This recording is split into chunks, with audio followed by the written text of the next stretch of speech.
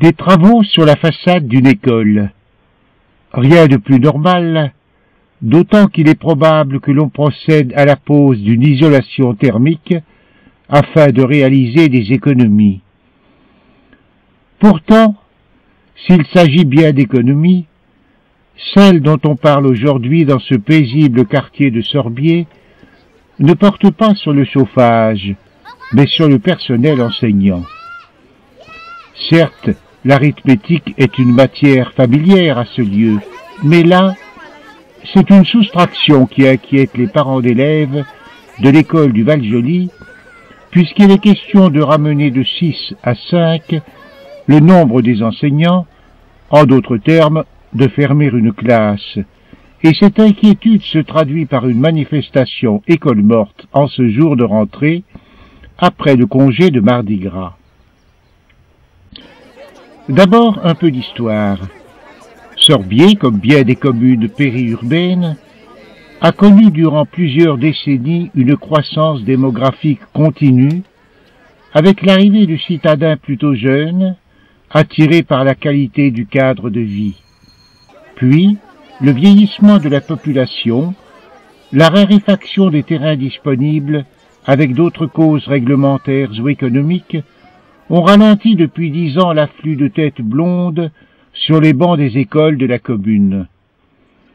Une commune qui, par l'étalement de l'habitat, a compté jusqu'à 10 écoles maternelles et primaires, un nombre ramené à 8 depuis quelques années. Ces écoles publiques ou privées sont d'autant plus dispersées que Sorbier, qui s'étend sur plus de 1200 hectares, comporte en fait 2 pôles, ce qui se traduit d'ailleurs par la présence de 2 églises pour quelques 7500 habitants, effectifs au reste assez stable depuis 10 ans. Mais cette stabilité masque des disparités inévitables entre les quartiers. Certains, construits les premiers, sont principalement habités par de retraités, et le renouvellement ne s'y effectue que petit à petit. D'autres, plus récents, amènent rapidement un flux d'élèves inévitablement éphémère. La taille de la commune et de ses quartiers ne permet pas que les mouvements contradictoires de population opèrent un certain lissage. C'est sous une forme imagée que les élèves ont traduit, avec l'aide probable de leur maître, la menace qui pèse aujourd'hui sur cet établissement scolaire. Une menace perçue par l'ensemble des parents qui sont venus des divers quartiers de Sorbier pour soutenir le mouvement de l'école du Val-Joli.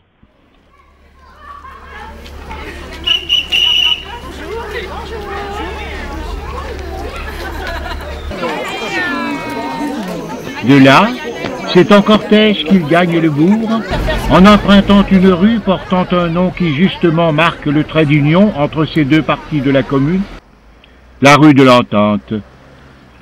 En cheminant sur cette rue longue de près de 2 kilomètres, il n'est pas certain que tous les enfants porteurs de pancartes soient à même de déchiffrer le message qu'ils arborent. Mais bon, c'est peut-être un moyen de les initier à la lecture. Quant aux parents et aux enseignants concernés, ce qu'ils dénoncent, c'est une demande trop précoce des effectifs par l'administration et qui conduit à des prévisions aujourd'hui dépassées par les faits, puisque de 126 élèves calculés en septembre 2011, l'effectif est à ce jour de 136 pour cet établissement. En outre, se profile l'arrivée probable de nouvelles familles dans un récent immeuble encore incomplètement habité, sans compter la venue possible d'élèves de communes voisines, mais tributaires de décisions sur la dérogation au respect de la carte scolaire.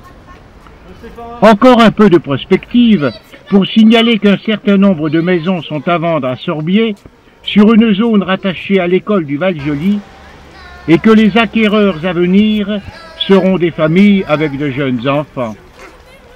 Autant d'éléments qui rendent contestable la suppression d'une classe, une suppression qui s'accompagnerait aussi de réelles difficultés pour la répartition des élèves dans les 5 classes restantes, obligeant les maîtres à diriger des classes multiniveaux trop hétérogènes.